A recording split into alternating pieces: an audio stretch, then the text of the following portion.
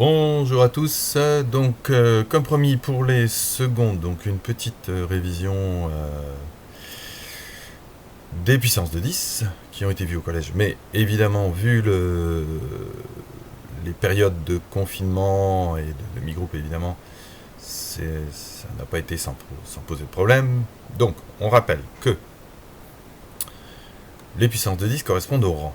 Alors, on part du rang 0 ici, qui est le rang où vous avez la virgule. Bien, ça c'est le rang 0. Et ensuite, si par exemple on prend un nombre 10 millions, on va ranger chaque chiffre dans une colonne. Rang 1, rang 2, rang 3, rang 3, etc., etc. On constate que le 1 se situe au rang 7. Donc on va écrire 1 multiplié par 10 puissance 7. À ne pas confondre avec 1 puissance 7. Ça n'a rien à voir. C'est 1 multiplié par 10 puissance 7. Si vous avez une puissance négative, même chose. On part du rang 0, ici. Et on compte les rangs négatifs en dessous de la virgule. Moins 1, moins 2, moins 3. Si on prend 0,05 euros, on va ranger donc le 5 au rang moins 2. Ce qui fait 5, 10 puissance moins 2. Qui est aussi égal à 5 multiplié par l'inverse de 10 puissance 2. Puisque ce qui est au dénominateur, si on le remonte au numérateur, le numérateur c'est ce qu'il y a au-dessus de la barre de division, on doit le faire précéder d'un signe moins. Propriété des puissances, c'est justement tout l'intérêt des puissances. Quand vous multipliez 10 puissance A par 10 puissance B, au niveau des puissances, on additionne les puissances. C'est très simple, y compris quand c'est négatif. À ce moment-là, on a effectivement une soustraction, mais c'est une addition avec un chiffre négatif. C'est tout simple. Par contre, on ne peut pas avoir des opérations d'addition entre les puissances. Vous ne pouvez pas rajouter des millions d'euros avec des centimes d'euros. C'est pas si ça va. Au niveau des puissances, ça ne peut pas aller. C'est uniquement dans les multiplications. Et à ce moment-là, on a une addition. Donc vous voyez, quand on a 123 10 puissance moins 3, le moins 3 se rapporte au dernier chiffre avant la multiplication. C'est-à-dire le chiffre qui est suivi de la virgule, en fait. Donc c'est bien le 3 qui correspond au rang moins 3. Donc là, on vous donne quelques petits exercices que nous allons revoir ensemble. Donc là, vous avez les réponses. Donc vous avez effectivement ici un chiffre. Là, c'est rang 0, moins 1, moins 2, moins 3, moins 4, moins 5. Donc c'est 10 moins 5. Là, c'est pareil. Rang 0, 1, 2, 3, 4, 5, 6, 7, 8. Donc c'est rang 8. Ici, même chose. 1. Alors, 0, pardon. 1, 2, 3, 4. Donc 10 puissance 4. Et il s'agit d'un 3. Attention, ici, exemple intéressant. Vous avez 56 000. Rang 0, rang 1, rang 2, rang 3, rang 4. Donc si on fait 56, on est au rang 3. Si on fait 5,6, on est au rang 4.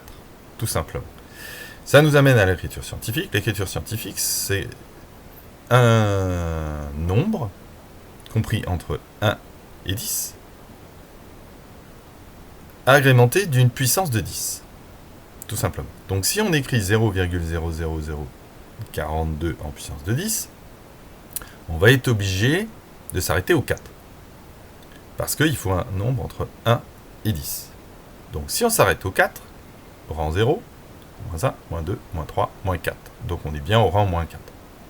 Même chose ici, rang 0, rang 1, rang 2, rang 3, rang 4. Si on s'arrête au 5, puisque le nombre doit être compris entre 1 et 10, ça fait plus 4, puisqu'on est au rang 4, etc., etc. Donc vous avez ici les réponses. Hein, vous avez donc rang 0. La grosse difficulté de cette méthode, c'est de ne pas oublier le rang 0, qui est le chiffre suivi de la virgule. Donc rang 0, rang 1, rang 2. On est bien au rang 2. Rang 0, rang 1, rang 2, rang 3. On est bien au rang 3.